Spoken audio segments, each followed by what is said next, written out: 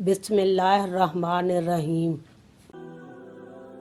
मिशकात शरीफ के मुताबिक हदीस नंबर 299। अबू दरदा रज़ियल्लाहु तआला अन्हु बयान करते हैं, रसूलुल्लाह सल्लल्लाहु अलैहि वसल्लम ने फरमाया, रोज़े क़यामत सबसे पहले मुझे सजदा करने की इजाज़त दी जाएगी और सबसे पहले मुझे सजदे से सर उठाने की इजाज़त दी जाएगी। बस मैं अपने सामने देखूंगा तो तमाम उम्मतियों में से अपनी उम्मत पहचान लूँगा, और इसी तरह अपने पीछे, इसी तरह अपने दाएं और इसी तरह अपने बाएं तरफ। तो किसी शख्स ने अर्ज़ किया, या अल्लाह के रसूल, आप तमाम उम्मतों में से अपनी उम्मत को कैसे पहचानेंगे, जबकि नूह अलैहिस्सलाम से लेकर आपकी उम्मत तक कितनी उम्मतें हैं।